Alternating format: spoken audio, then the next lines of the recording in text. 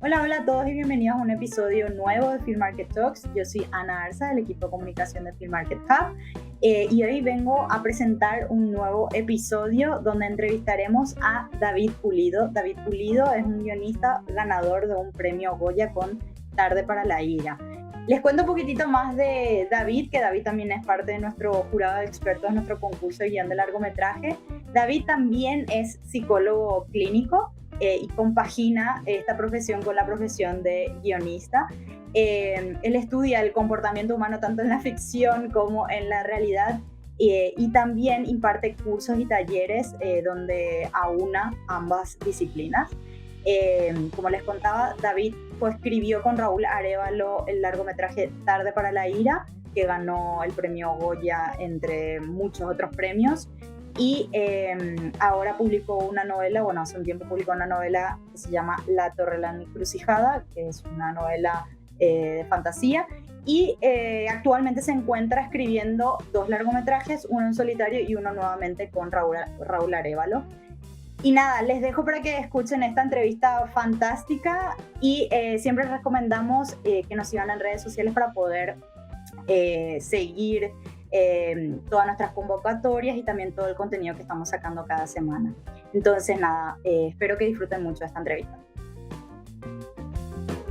Bienvenido y gracias de vuelta por estar aquí. Elena nos acompaña, que Elena te estuvo ya, le estás poniendo cara ahora. Sí, exacto, esta es mi cara, David. Nos veremos ya en plan para el comité. Fenómeno. Ya os conocía, ¿eh? Biché la anterior entrevista a mi compañero además también. O sea, has hecho los deberes total. Sí. Bueno, sí, recordar para los que nos están escuchando que nos encuentran en YouTube y en Spotify, así que si no quieren ver nuestras caras pueden escucharnos también en Spotify. Queremos arrancar por una pregunta un poco sobre ti y sobre tu carrera en sí, no solamente como guionista, sino que también sos psicólogo, algo que me parece súper interesante, ¿no? Esa conjunción entre psicólogo y guionista. Y si puedes contarnos un poco cómo fue eso, o sea, cómo pasó de ser psicólogo a guionista y cómo realmente haces que las dos cosas como que encajen, ¿no? Uh-huh. Bueno, yo creo que lo que sobre todo me considero es psicólogo. O sea, a día de hoy yo sigo ejerciendo, sigo pasando consulta en el gabinete, sigo haciendo terapia y es un poco... luego hablaremos a lo mejor de eso porque yo creo que a todo el mundo que le interese la profesión de guionista o que le interese escribir, a lo mejor esta experiencia personal sí le puede ser interesante. Igual que el dato que yo hasta los 31 años yo no tenía ningún acercamiento alguno con la industria del cine. A mí el cine era eso que me gustaba, que me encantaba, que incluso pues las galas de los premios yo me juntaba con los amigos en casa a hacer la porra y a pedir pizzas. Esa era toda mi experiencia hasta los 31 años, ¿no? Que ahora cuando doy clases de guión y me encuentro alumnos dicen, ay, es que a mis 26 años Ya voy ahora tarde.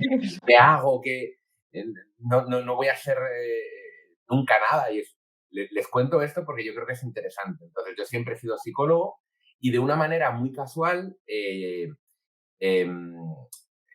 yo conozco a Raúl Arévalo, ¿no? En un cumpleaños, Raúl Arévalo, que ya en aquel entonces era un actor de éxito, no había dirigido ni escrito salvo un corto, o sea que él también en eso estaba empezando.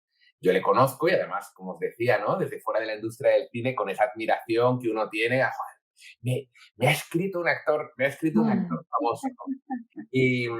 Y él quería pues, que un psicólogo le asesorara con un corto o algo que él quería en ese momento escribir.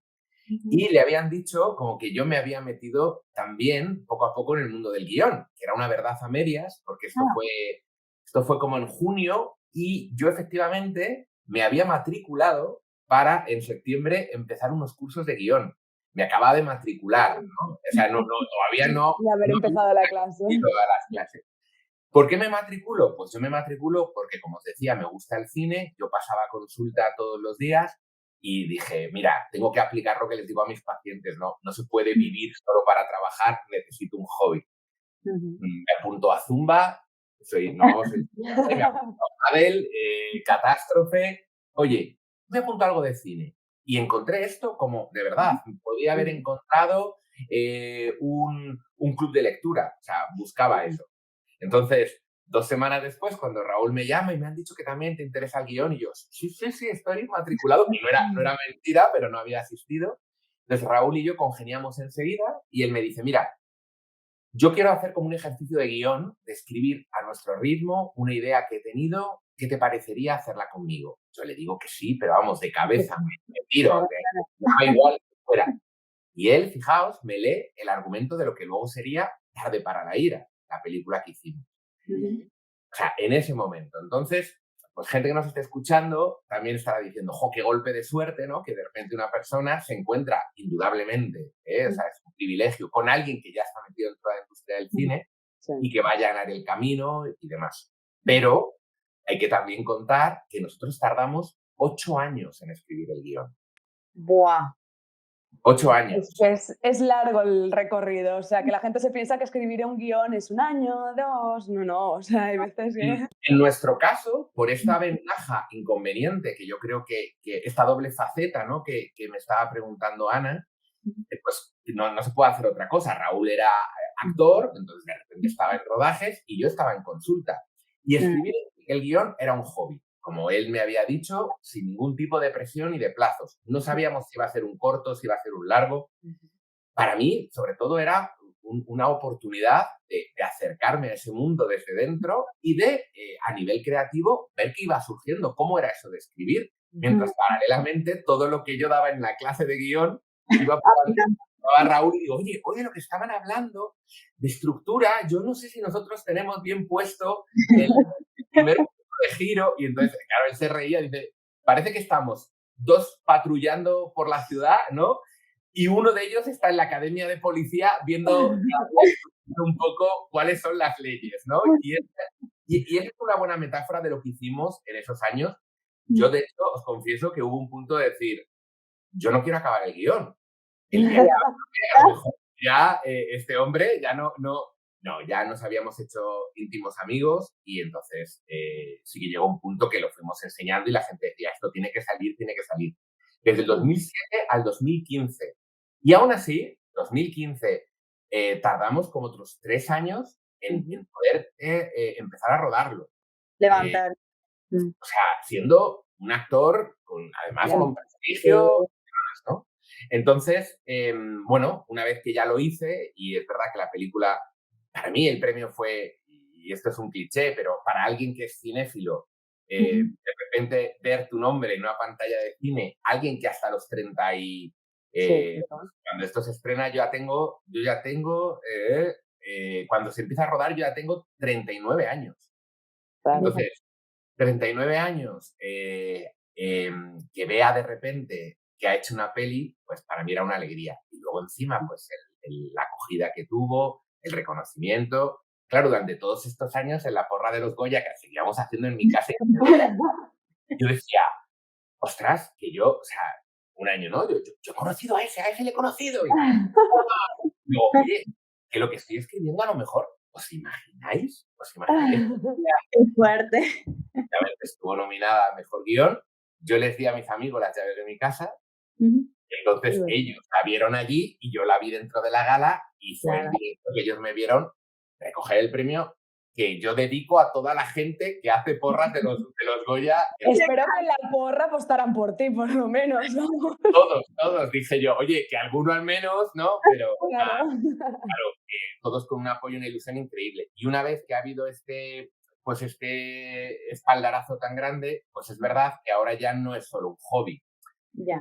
Entonces tengo que combinarlo con mi otra profesión. Lo que pasa que, bueno, a ratos digo, soy el hombre más afortunado del mundo porque tengo 2 profesiones que además las 2 me gustan, porque mi sueldo y mi estabilidad mental viene de otro lado, que esto es lo que decía, que en el mundo de la escritura y en el mundo de la industria del cine es una locura. Y entonces yo tengo lo otro, pero es verdad que intento ahora ya dejarme días libres pues para sucesivos proyectos que van surgiendo. La segunda película con Raúl, que ya llevamos 3 años también, es decir, que vamos en camino de la otra, proyectos de guión e incluso la enseñanza, ¿no? Porque yo creo que esa faceta bombero, torero, psicólogo, guionista. Se combina. A mucha gente le interesa, pues, para construcción de personajes, para definir conflicto, el arco, y entonces, pues, también me he ido metiendo en el tema de la enseñanza, y por eso, y ahora ya con esto acabo, y por eso me enrollo tanto y os cuento aquí yo ya, como si se estuviera dando... Hombre, claro, pero porque, o sea, la ilusión que es lo que dices tú, de pasar a que sea un hobby a algo que también está muy bien, ¿no? Que es decir, tú no dependes del cine para sobrevivir, es decir, tú tienes tu carrera y tienes la suerte de poder ganar dinero haciendo lo que te gusta. Eso es. Entonces, que claro, me imagino que tu carrera evidentemente también es de vocación. Entonces, tienes Eso es. mucha suerte porque puedes hacer muchas de las cosas que te gustan o sea, sin depender prácticamente de ninguna, ¿sabes? Pudiendo elegir, ¿no? A día Sí, de hoy, pudiendo elegir. a mí Y me da dando los tiempos a cada proyecto, creo que eso es súper interesante y creo que es algo que se agradece mucho, ¿no? Poder darle realmente a una historia el tiempo que se merece para sacarla, ¿no? totalmente. Y a nivel ya simplemente de guión, lo interesante que es dejar un proyecto un poco en barbecho y volverlo a coger y leer unos meses después. O sea, Sí. es tan práctico como de repente ves cosas obvias que no estaban funcionando y además se va viendo la evolución, ¿no? En el caso de Tarde para la ira, si luego yo pongo las películas que durante todos esos 8 años nos fueron marcando, digo, claro, aquí empezábamos muy Tarantino, acaba de salir Kill Bill, y luego nos fuimos yendo hacia una cosa mucho más 4 meses, 3 semanas y un día, o mucho más Los Hermanos Dardenne, o sea, que se va viendo, porque vamos evolucionando. Claro. Las 8 personas años, ¿eh? no ¿Y tenemos... hasta qué momento llegaron a tocar ese guión? Ya, o sea, en esos 3 años que tuvieron para levantar la peli, ¿siguieron tocando guión?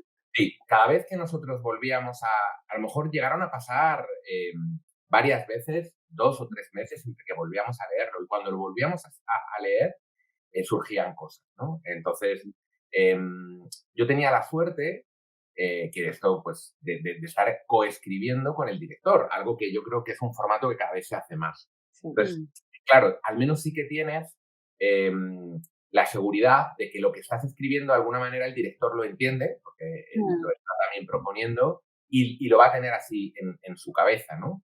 Porque si no, todavía en rodaje se hubiera tocado, de hecho hubo cambios ya durante el rodaje y en montaje, pero se hubiera tocado muchísimo más, ¿no? Yo al menos tenía la seguridad de que si convencía a Raúl de algo, que esa era otra, había que ver y había que negociar a veces, pero que él lo tenía claro. Nosotros llegamos a hacer oficialmente como 10 versiones de guión, oficialmente. Quiero decir, cuando ya la entregábamos a alguien y demás, pero entre nosotros... Claro. Vamos, de darle la vuelta a la película cada vez que la veíamos, porque como os decía además, y eso también es muy bonito y no siempre es posible, lo vivíamos como un hobby, como una ilusión. Claro. Porque, No es, David, una pregunta. Claro, tengo que pagar el alquiler, acábalo ya, o lo que estamos haciendo ahora, ¿no? Yo ahora pues tengo el lujo de poder elegir, de que me han podido ofrecer, oye, ¿quieres tal? Pues no me interesa tanto, muchas gracias, ¿no? Y sigo con mis proyectos.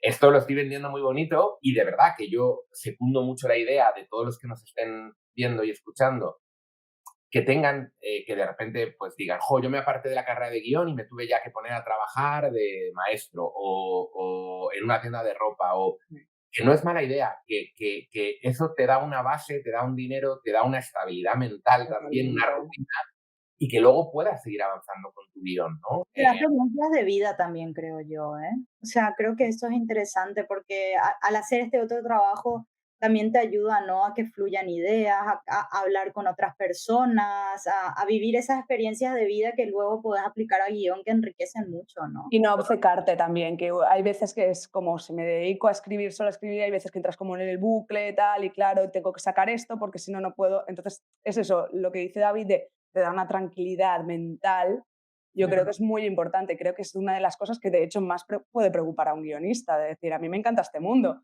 pero no sé si puedo sobrevivir de ello, la verdad.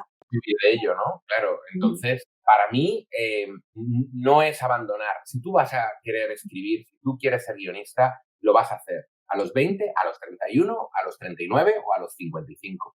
Sí. Pero sobre todo es una carrera de fondo. Cualquier guión, el nuestro es exageradamente largo, pero en cualquier guión que al final se hace, nunca se ha escrito en menos de un año, nunca. Entonces, en ese año, que lo vivas y que tu capacidad de enfrentarte a él sea desde una tranquilidad y desde una nueva inspiración, como estabais diciendo también, de, ostras, esto que me ha pasado conduciendo el taxi es buenísimo y antes no lo tenía tan claro. O he conocido ahora a un amigo policía que me dice una cosa que podría incorporar a un personaje, ¿no? Entonces, todo eso yo creo que es muy chulo, tío. Y porque, David, o sea, entonces Tarde para la ira fue tu primer guión que escribiste o tú ya habías hecho algo, o sea, Nada. aunque no sea a nivel profesional, ¿eh? El primer guión tú entras de lleno con esto. Sí, a mí me gustaba escribir. Creo que hay algo de contar historias que también hay quien las sabe contar y hay quien pues no tiene ese talento, ¿no? Y por mucho que estudie guión no va a ser, y hay otras personas que incluso, ya no con una formación de guionista, sino con ninguna formación, te empiezan a contar algo y te enganchan de cómo te lo están contando. Totalmente. La historia tiene primer acto, segundo acto y tercer acto, ¿no? Dices, ostras, lo tiene absolutamente interiorizado, ¿no? La propia terapia en sí es una estructura narrativa, ¿no? Yo me enfrento a los pacientes que te cuentan cosas que tú indagas y entonces lo que ocurrió fue, y vas viendo a veces el final con ellos, ¿no? A veces te están contando lo que les ha ocurrido y otras tú eres parte de esa transformación de la persona, ¿no? Pero hay una unidad narrativa. Entonces, pero primer guión que yo escribía, primer guión que escribía Raúl, claro, nos nominan al Goya, ganamos el Goya, ganamos el Feroz, ganamos el premio de la RAE, ganamos el Círculo.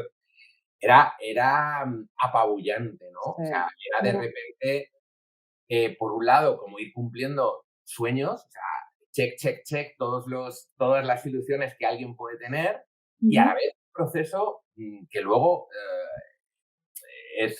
hay que saber gestionarlo, ¿no? Porque luego no va a seguir eso así siempre.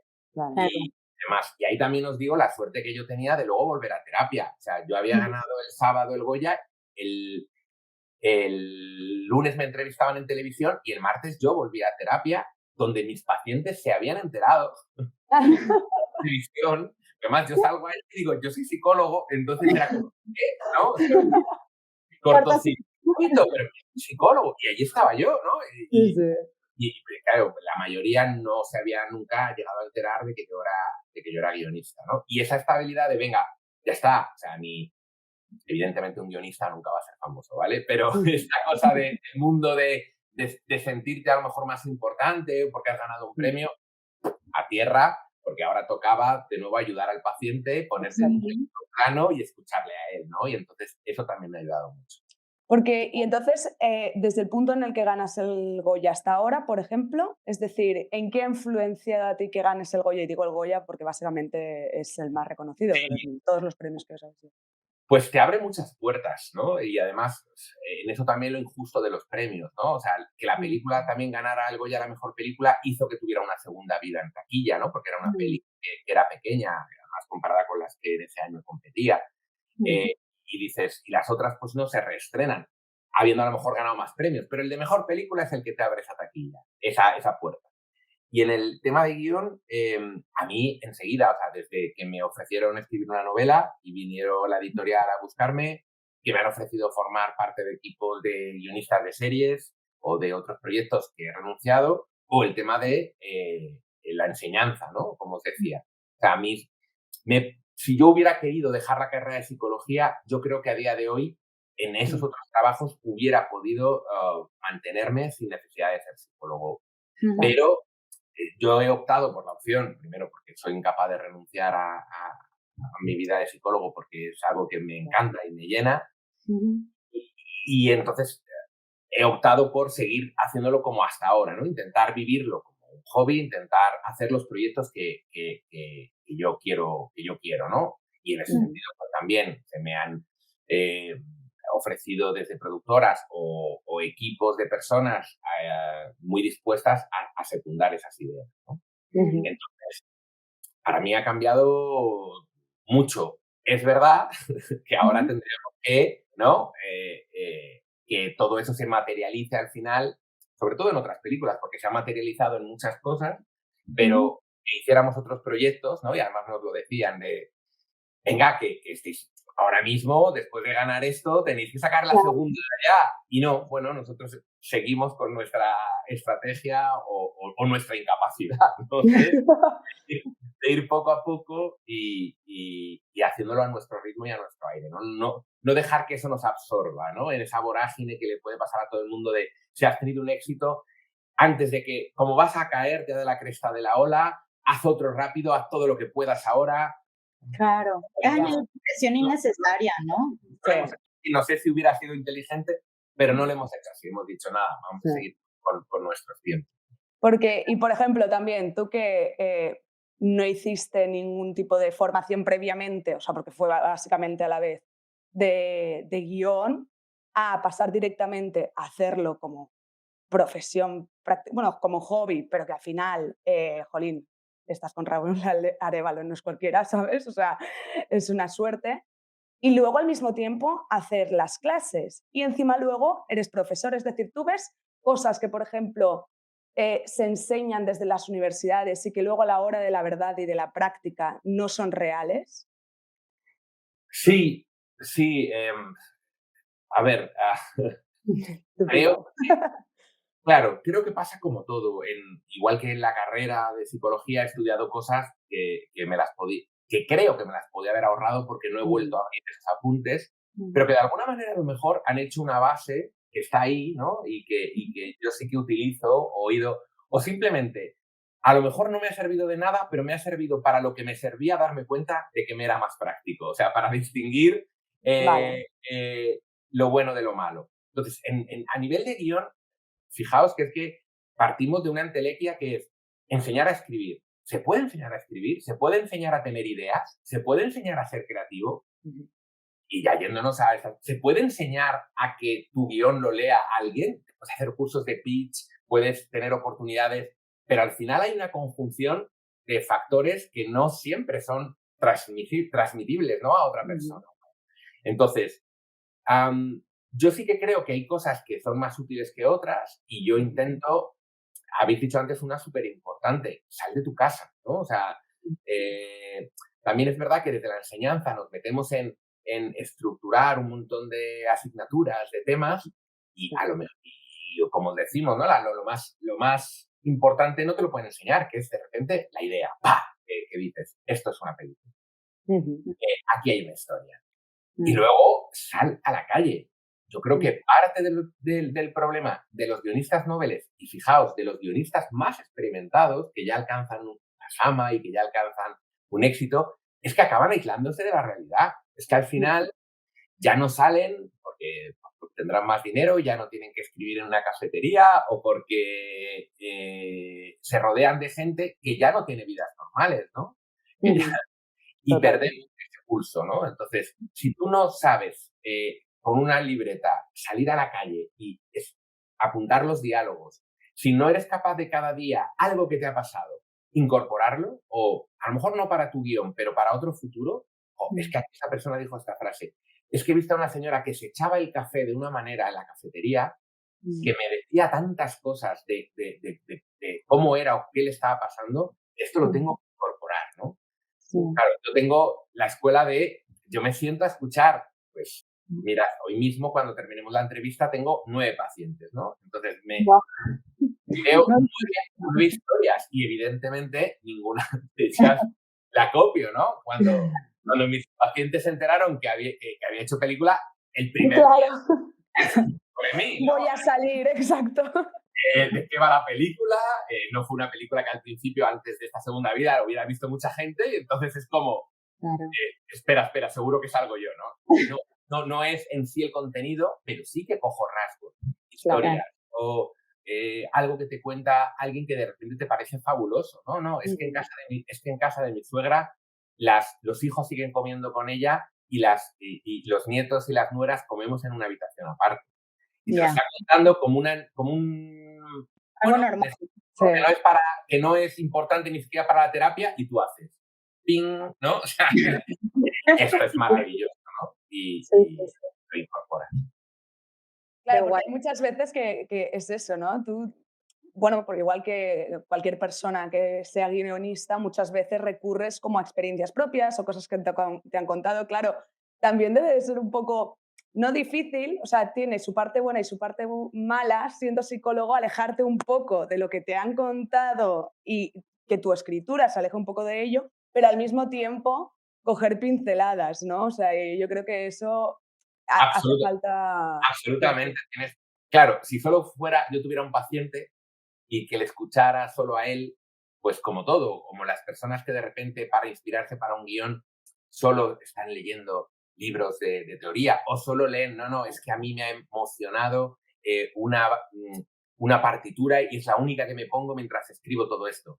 Al final, entonces la referencia es clara. Cuando tienes 9 horas de terapia todos los días, es cuando entonces es imposible separar. Es que tú ya estás fusionando.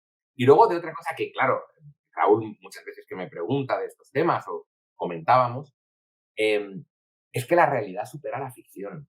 Entonces, muchas de las cosas que pasan en terapia no son verosímiles. Son reales, pero no son verosímiles. Fuerte. Y Sí. entonces lo tienes que quitar. Es como, ostras, pues te has enterado o sea, o me han contado de alguien que justo su padre fallece cuando él entra en la sala a verle, ¿no? Y en ese momento fallece. Se miran y fallece. Pues eso es muy poderoso. Pero es que la realidad no era esa. La realidad es que entró, se miraron, el otro falleció, el hijo se desmayó como si hubiera habido un encontronazo de almas y cuando se recuperó dijo, he estado con papá, él se ha ido, yo me he quedado y justo en ese momento se encuentra con todo lo que ha ocurrido. Es como, quita. Él no se puede desmayar ni puede, ya es un cliché, pero era real. La persona lo había relatado así, ¿no? Entonces Sí, sí, sí. simplemente haremos que cuando llegue fallece. Y ya con eso es muy potente.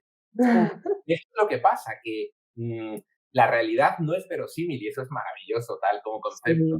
Sí, Sí, sí, total. es muy curioso. Nunca me había parado, porque aparte una de las principales críticas que yo creo que un guionista puede recibir es esto que estás contando no es verosímil, No me ¿sabes? lo Que es creo, ¿no? No me no lo me creo. lo creo, no es creíble. O incluso desde, o sea, tú como espectador ves una película y dices, sí, hombre, que ahora se encuentran en el aeropuerto, no me lo creo, ¿sabes? Pero Claro. que sí que pasa, lo que pasa que no es verosímil, o sea, nunca me había parado. Sí, sí. Y tú tienes como escritor que escribir cosas que sean verosímiles en el sentido de que el espectador pueda empatizar. Si el espectador no se cree una determinada reacción de un personaje, y hay veces que son cosas muy pequeñas, ¿no? Y en películas muy buenas, pero que de repente dices, no me puedo creer que la protagonista, que es camarera, viva en un pisazo de lujo en pleno Ah, Madrid. Sí, Y sí. ya hay algo que te expulsa de la película. Simplemente que te hace que empieces a cuestionarte. Y si te cuestionas ya no estás pendiente de otras cosas. Entonces el escribir personajes que se comporten de manera real y que puedas empatizar en el código que sea, que si es ciencia ficción y desde el principio sabes que hay fantasmas y gente y demonios, pues por supuesto entro en ese código. Ahora, luego no me lo saques extraterrestres, ¿no? O sea, claro, tenemos que seguir yendo en ese mismo código. qué Y lindo. por eso yo creo que también cada vez más guionistas acuden a psicólogos para decir, esto es real, esto es plausible, esto, vale, no ocurre, pero podría ocurrir, o incluso, ¿no? Preguntas que te hacen pero chirriaría mucho, o sea, ya me has dicho que esto de que la memoria puedes acordarte de un recuerdo bloqueado de 20 años, solo pasa en las películas, además en las películas de sobremesa, ¿no? Pero si lo cuento así, ¿al espectador le chirriaría? No, venga, puedes contarlo, ¿no? Mm, No pasa nada. Sí, Eso es sí, sí, sí, importante. sí. claro. Claro, sí, debe ser interesante realmente para armar ese perfil, ¿no? Del personaje, de cómo. Sí, sí, muy guay. Una cosita que te quería preguntar, porque claro, vos iniciaste escribiendo ya con Raúl, o sea, ya escribir a cuatro manos, cosa que realmente es algo un poco, bueno, es cada vez más normal, pero un poco inusual, ¿no? Escribir a cuatro manos. ¿Ahora estás escribiendo algo solo? ¿Seguís escribiendo con él?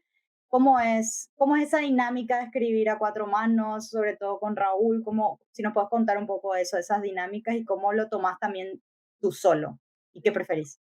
Sí, pues justo es en el proceso en el que estoy ahora, estoy escribiendo con Raúl a nuestro ritmo y luego otro guión que he escrito yo solo.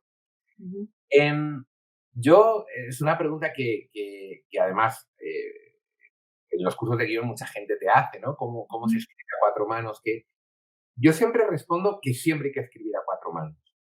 Y si escribes tú solo, tienes que escribir tú solo contigo mismo. Es decir, tú escribes y luego tú verlo desde fuera, corregirlo, salir, comentarlo con alguien, volver a traer la idea.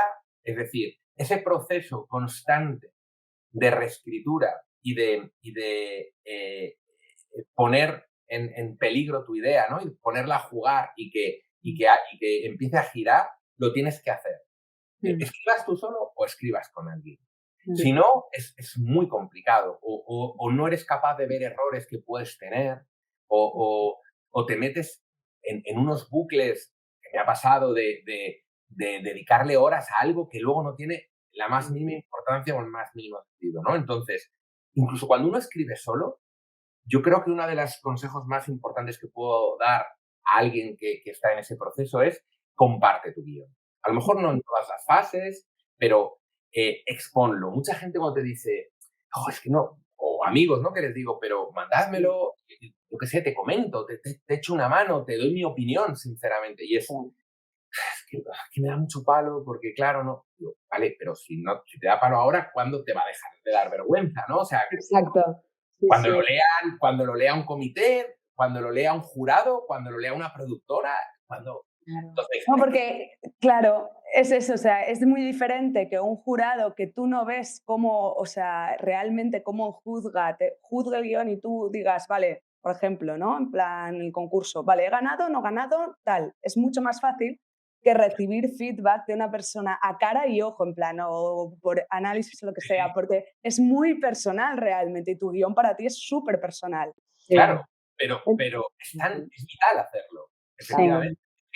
Es lo que tú dices, mucha gente es capaz de enviarlo, pero mientras no me lo estés comentando y dices, pero vamos a ver, ¿por qué no te lo voy a comentar? Luego tú ya dirás si eso te vale, no te vale, te hace crecer o no, ¿no? Entonces, incluso cuando uno escribe solo, como os decía, yo diría que siempre escribamos a cuatro manos. Que nos desdoblemos o que le demos ese otro puesto de coescritor a gente diversa, no tiene que ser una sola, que tu madre lo lea y diga, pero hijo, pero ¿por qué escribes estas Exacto. cosas? Como primero gente que quieras, ¿no? O sea, yo creo que primero con mamá y papá y tus hermanos y tus amigos que te quieren y te lo van a decir como Gente más. que te diga, o gente que te diga que está estupendo porque es lo que necesitas. Y ahora luego vete a gente que te diga la verdad. Exacto. No pasa nada. Y luego, escribir con otro ser humano es un proceso fascinante en el sentido de esa reescritura ya la tienes, ¿no? Entonces, es lo que decimos, hay veces que hay decepción, incluso conflicto, discusión. Raúl y yo somos muy cabezotas, ¿no? Entonces nos frustramos, es como no me has entendido porque esta idea era guay y no. Pero es como si esta idea no ha traspasado a mi compañero, probablemente a alguien tampoco llegaría. Entonces, te, te, cuanto antes te desnudes y te digan, adelgaza por aquí, ponte más moreno, estás estupendo, o lo que sea, mejor, ¿no? Aunque nos dé tantísimo pudor. Entonces, eso en general con otra persona, pero yo siempre recomiendo tener como dos fases. Una en la que hay escritura conjunta, es decir, independientemente de que ahora todo se haga por videollamada, hay un momento en la escritura del guión que las dos personas tienen que estar en una habitación gritándose, emocionándose o abrazándose y estando de manera conjunta. Si no hay eso, es muy difícil. Gente que coescribe con otra persona sin compartir en ese momento. Y a la vez, otra fase igualmente necesaria, donde los dos se separen y cada uno fluya y luego comparta lo que ha escrito. Yo creo que combinando las dos cosas es muy útil, porque tampoco todo en esa habitación te cierras y ya no sales de ahí y te vas y lo ves claro, ¿no? Entonces nosotros, Raúl y yo, en todo ese proceso de años, así lo hacíamos. A veces quedábamos y otras, he tenido esto y el otro lo leía y se lo volvía a mandar corregido y el otro lo corregía o sea, corregir de decir, esto no vale, esto, ¡guau! ¡Qué guay! Tal. Y luego, coescribir específicamente con Raúl Arévalo, que es una persona con tantísimo talento, ¿no? Para el cine, ya como director, la intuición que tiene es un lujo y a la vez un martirio, ¿no? Porque como todos los genios, pues claro, te puede llamar a las 2 de la mañana emocionado y se enfada porque es que no me lo has cogido, no estás ahí, ¿no? ¿No? Y de repente hizo una genialidad, o no, o ese día estaba agobiado, o estaba ocupado y lo ve todo fatal, ¿no? Pero bueno, es Claro, es una porque maravilla. bueno, Es también parte del tienen, ejercicio. claro, también tienen ese contrapunto los dos, ¿no? De que él está demasiado metido en la industria. Es o sea, Don Quijote, Sancho Panza, pues yo soy el gordito. O sea, claro, es un poco, pues, él está metido en la industria, pero es que él, o sea, yo creo, por todo lo que os he contado y por mi experiencia de psicólogo, que como armar la historia y los personajes, creo que es una cosa que creo que se me da bien. Ujú. Pero él, aparte de que yo creo que escribe muy bien, él ya piensa en cine. Él ya me está visualizando. Y entonces la cámara Claro. hace así y yo eso no llego.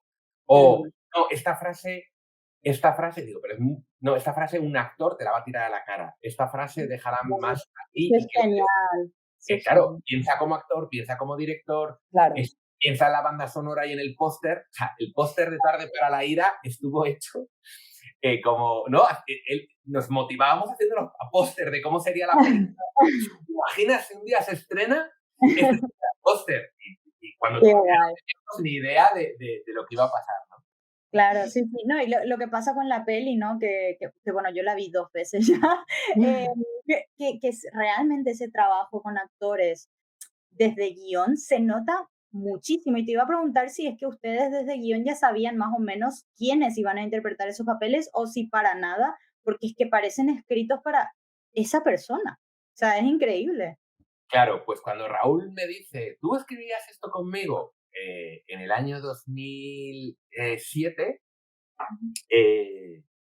al segundo día de quedar, él ya me había puesto sobre la mesa el nombre de los que luego serían los dos protagonistas, Luis Callejo y Antonio de la Torre. Qué fuerte. ¿Qué pasa? Que en esos 8 años, Antonio de la Torre se había hecho una celebridad. Claro. Y no sé si me encaja, porque Raúl buscaba actores más desconocidos. Claro. Y tanto Antonio como Luis, que durante esos 8 años, cada vez que nos veíamos, era como, ¿queréis escribir ya eso? ¿Qué tal? Que me hago un viejo, ¿qué es esto? Que ya no voy a dar para el papel, ¿no? Esos estaban más o menos, esos estaban ya elegidos. Ana, Ruth Díaz, fue el descubrimiento como de los últimos meses, porque nunca nos terminaba de cerrar hasta que Raúl la vio a ella. Y los secundarios también muchos ya estaban como muy perfilados, muy perfilados. Qué Entonces, guay. muchas de lo que está ahí efectivamente está en guión. Y luego dejar, yo creo que también esto como guionista es una lección muy interesante, entender que la película también se va a escribir en el rodaje. Claro. ¿No? Yo tuve la suerte, ahora ya es mucho más común, pero yo tuve la suerte de ir al rodaje. Yo me cogí vacaciones de Guay. consulta. Claro, y tú encantado, aparte. O sea, Imaginaos como os decía, que unos años antes estuviera pagado por ir a un rodaje, ¿no? claro, Entonces, claro. y encima descubro que el catering es gratis. Y digo, ¿cómo? Van a poner bollos y bocadillos durante todo el día. Puedes coger lo que quieras. Es maravilloso. Y aparte del equipo, estamos hablando que el rodaje fue en el 2015, todavía extrañaba mucho la presencia del guionista, algo que ha cambiado mucho en la última década. Ahora cada vez es más común, ¿no? Pero aparte, claro, Raúl y yo ya éramos muy amigos. Cuando se rodó las escenas del pueblo, yo vivía en casa de su tía, o sea, ya era también desde ahí, pero a él le daba mucha tranquilidad decir, esto no va a entrar. Hemos tenido que cambiar esto de rodaje, ¿qué se te ocurre? ¿Qué podemos hacer? O se dirigía y decía, ¿o pasaría algo si ahora quitáramos esto? No pasaría tal. No, la importancia lo podemos decir en otro momento. Qué guay eso. Pero desde esa flexibilidad, o sea, esto sería imposible un guionista diciendo, esto no es así, yo lo he escrito de otra manera, o sea, Claro. abandona tu ego y deslúmbrate. O sea, muchos de los cambios que hay en el rodaje respecto al guión tienen que ver con, por ejemplo, decir menos de lo que estaba, ¿no? Pero no hacía falta, porque Antonio te hace una mirada y con la mirada te estaba diciendo lo que había, lo equivalente a esa frase de diálogo, ¿no? Sí. El famoso monólogo de Manolo Solo, que Manolo ganó el Goya por un personaje que era muy pequeño, pero que es, ¿no? Rompe la...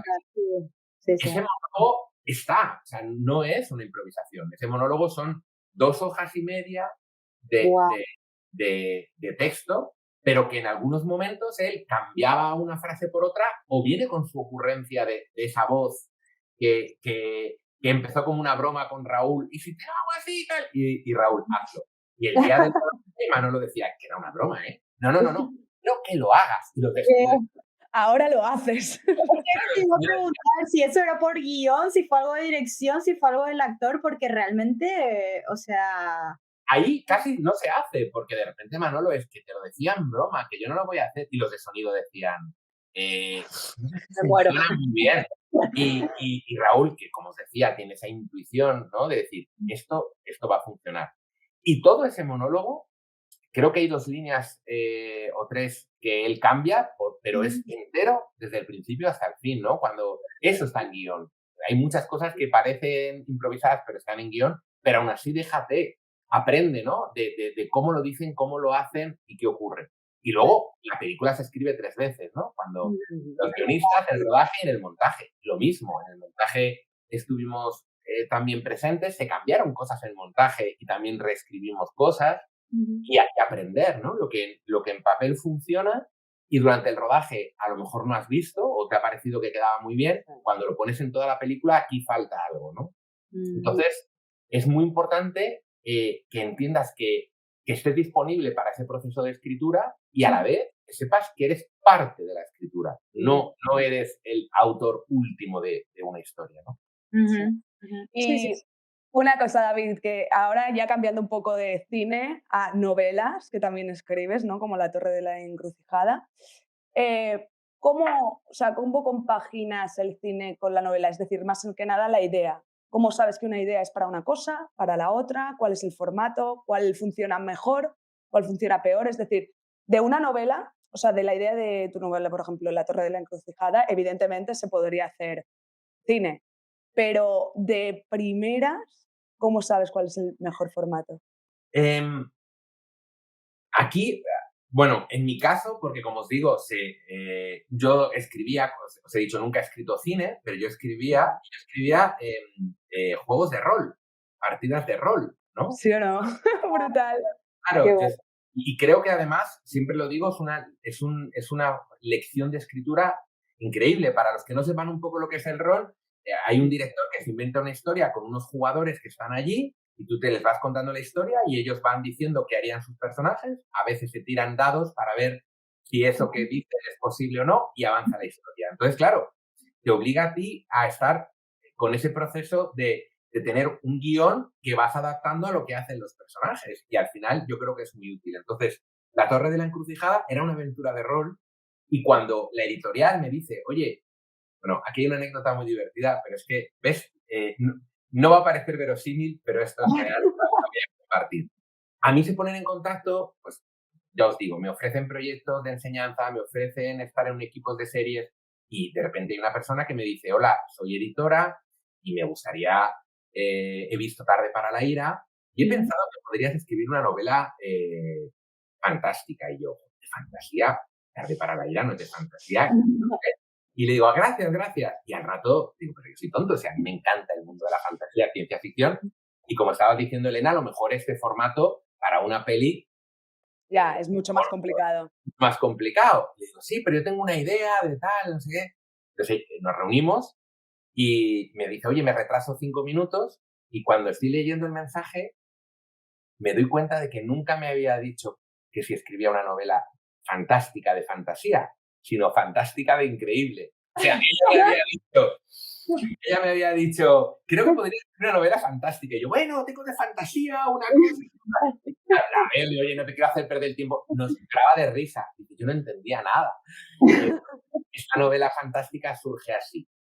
Y aquí 2 cosas que a lo mejor también puedan ser prácticas para la gente que nos ve. Por un lado, yo escribiendo la novela, yo todo el rato la visualizaba. Yo venía claro de visualizar. Raúl me había enseñado a visualizar todo. Entonces, para mí es una novela que ojalá, de hecho ha habido varias tentativas de adaptarlo, ¿no? A serie de fantasía que a mí me encantaría, porque para mí tú lo lees y yo no soy una persona docta en la escritura y que yo creo que sé contar historias. Entonces tú ves la historia y te gusta, incluso gente te decía, es que yo la visualizaba, ¿no? Entonces, eso está bien, pero luego el problema es que después de escribir una novela, que además es una novela grande, son como 500 y pico páginas, de nuevo tu chip está en escribir novelas. Y cuando vas a escribir una película, tiene que cambiar. O sea, no es lo mismo. Puedes haber escrito un libro maravilloso que no funciona en cine. Porque la estructura del cine es una estructura muy específica. Ya no solo que no puedes, que tienes que escribir en imágenes, ya no solo que no puedes estar escribiendo, no puede ser todo verbalizado, explícito, no puedes tal, sino incluso de estructura. La estructura no es igual, ¿no? Entonces, a mí luego me costó este proyecto que yo estoy escribiendo en solitario, porque me di cuenta que estaba escribiendo una novela. O sea, en formato guión, pero que era una novela. Y tuve que volver a reescribirla. Entonces, hay que cambiar el chip y no es fácil, ¿no? Porque no es lo mismo escribir para novela, no es lo mismo escribir para cine o escribir una serie, ¿no? Sí. Pero siempre digo lo mismo, escríbelo mal. Luego ya va a ser más fácil adaptarlo, ¿no? Va a ser más fácil cambiarlo que estés bloqueado. Pero tienes que tener eso en cuenta. Claro, hay que sacar la historia de aquí primero, ¿no? Y luego ver cómo sale. Yo tengo una pregunta porque es que estas cosas a mí me interesan mucho. Bueno, yo llevo también las redes de Film Market y vi un hilo que hiciste en Twitter que me encantó de todas las cosas que hiciste en agosto. Y me pareció flipante la cantidad de cosas que hiciste en agosto, la verdad que estaba como, wow, sorprendidísima. A mí me gusta todo este tema bueno, de ser proactivo, de tratar de manejar tu tiempo de la mejor manera, las rutinas y todo esto. Y quería saber cómo haces para hacer tanto. O por lo menos parecía un montón, pero ya desde lo que nos estabas contando, que hoy tenés 9 pacientes, que además estás escribiendo un largo, que además estás escribiendo otra cosa con Raúl, ¿cómo haces para compaginar todo eso con vivir también, ¿no? Porque también haces ejercicio, hay que tener una vida saludable, encontrarte con tus amigos, hacer un café. ¿Cómo, cómo llevas ese día a día como para que todo fluya y luego poder sentarte realmente a escribir? Pues aquí este año, porque no fue solo agosto, el 1 de enero yo me propuse que cada día del año iba a escribir media hora, ahora hablamos de esto de escribir media hora, a leer, porque yo llevaba aparcada la lectura, ¿no? A leer, y no a leer el periódico Redes, no, a leer novela, por lo menos media hora, hacer ejercicio media hora y a ver ficción, a ver series, a ver películas, y eso todos los días. Entonces, ¿por qué lo hice? Porque yo me estaba dando cuenta que que lo que estabas contando, Ana, que al final tengo muchas cosas y mi vida es muy caótica. Entonces, igual que en aquel 2007 me propuse, tengo que apuntarme a algo, a un curso de guión por las noches porque tengo que hacer otra cosa, ¿no? Yo creo que, claro, al final los psicólogos acabamos aplicando lo que decimos tanto a los pacientes. Y si sabemos que los hábitos se configuran haciendo rutinas que son reforzadas cada día, ¿por qué no aplicármelo a mí mismo, ¿no? Entonces, se me ocurrió esta idea. A mí me funciona mucho publicarlo porque es el refuerzo. Ese es el que los demás me dicen, nada, qué guay lo que estás leyendo ahora o qué tal, o ¿dónde está, no? Oye, que hoy lo has hecho, ¿no? A mí me sirve un montón, porque si no me haría trampas, ¿no? Entonces, al final, como todo, consiste en hazlo durante un tiempo lo suficientemente largo hasta que empiece a ser algo que automatizas. Y respecto y fijaos, estoy súper contento con cómo ha ido este año, porque no, o sea, día 200, hoy 63, y no lo he incumplido en ningún momento. Pero a lo mejor no es la manera más práctica, ¿no? Dices, oye, ¿y no sería mejor que vieras una peli en vez de... Yo me llegaba a acostar a las 2 de la mañana, Por cumplir. He acabado todo, tengo que cumplir. Claro. La gente que me rodea me decía, la gente que me quiere me decía, pero que de verdad, que no pasa nada, vete a la cama. ¿tú crees que te estás enterando ahora de una peli de Tarkovsky a la 1 de la mañana? Yo lo tenía que hacer. Entonces, a lo mejor no es lo más práctico, ¿no? O lo del ejercicio. Muchos amigos que se dedican a esto, yo no soy un atleta, soy lo contrario. Y mucha gente me decía, pero que es mejor ir 3 días, pero 3 días bien, que yo al final lo que hago a lo mejor es caminar 40 minutos porque no puedo, no me da tiempo. Entonces, a lo mejor no es lo más eficaz, pero como manera de redistribuir tu tiempo y de proponerte metas, está siendo un descubrimiento y por eso también lo comparto en redes, porque mucha gente me está diciendo que lo está empezando a hacer. Y respecto a la escritura, yo era de las personas, por esto de la profesión, que decía, además yo tengo un hashtag en Instagram que es postureo escritor. Es decir, para quien no sepa, es como aparentar, ¿no? Entonces yo me voy a un sitio precioso de vacaciones en mitad de la montaña, escribir, ¿no? O frente al mar. Y yo me engañaba mucho, igual que yo creo que también se engaña a gente con, para escribir tienes que estar relajado, desconectado, tal. Y es verdad que eso ayuda mucho, pero al final es una justificación, porque como no puedo hacerlo, pues yo de momento no lo hago, ¿no? Igual que el que dice, yo no hago deporte porque hasta que no tenga mi calzado bueno, pero algo podrás hacer. Y a mí sí que está haciendo un descubrimiento ver que sí puedes escribir media hora al menos todos los días y enganchas con la historia. O sea, no necesitas 4 horas. Con que te pongas un día y escribes una página, 2, entonces creo que no, si esto lo perfeccionó, invento la Coca-Cola, vamos, si esto encima de que es productivo, que lo está haciendo y muy chulo de compartir, le doy una vuelta y alcanzo objetivos, ya estaría todo pensado. De momento no, pero sí que creo que es muy útil y que nos enseña muchas cosas de nosotros mismos, que sí que somos capaces de cambiar nuestras rutinas de muchas maneras, de dejar de fumar, de viajar más, de comer más sano, de leer más, de visitar museos. Hay que proponérselo, creo que hay que ser inflexible al principio, hay que ser como súper radical. Y una vez que lo has incorporado a tu propia rutina y ya eso está reforzado de otras cosas, yo ya sé que a la que me levanto, cojo la bolsa del gimnasio, voy y luego me ducho y luego me tomo un café con mi amigo, o sea, está todo ya unido, ¿no? Más fácil de lo que pensamos. En breve veremos el vídeo, el método pulido. Ojalá, significa. Yo os digo que el método pulido diría, oye, para todo lo que has hecho deberías haber adelgazado más, o para todo lo que has hecho, ¿no? Sobre todo que tendría probablemente un anexo de toda la gente que me quiere diciendo no lo hagáis. Este hombre está un poco loco este. Es un friki a las 2 de la mañana, debe cogerse un taxi para irse a su casa. Ha dicho, me voy andando, que tengo que hacer todavía pasos. Entonces, habría todo tipo de comentarios, pero sí está siendo divertido. Sí está siendo. Que hay que dormir también, que es muy importante. Sí, es importante. Dormir es importantísimo.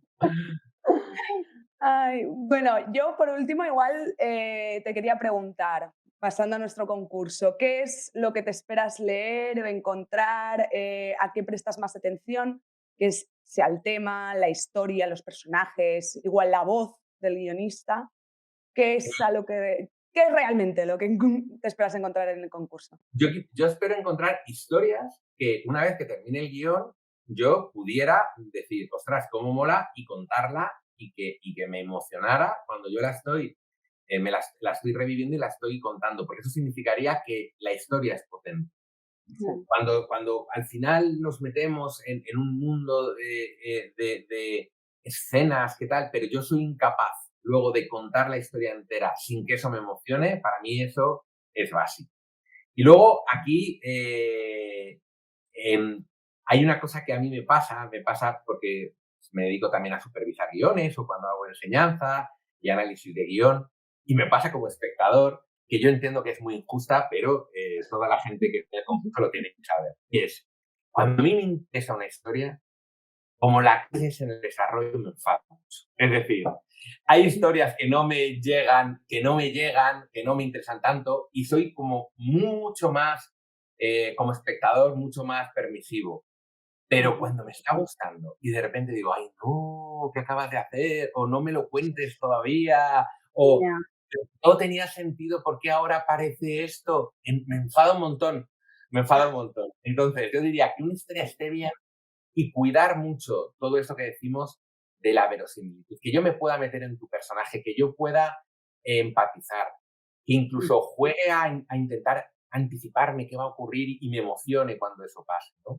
Pero una historia potente y que de verdad, por estructura y por cómo están construidos los personajes, sea sólido. Si no, es que me enfado. Es que esa sección va, o sea, es que a lo mejor pasa otro que digo, bueno, está bien, no me ha emocionado, pero no me ha enfadado. Exacto.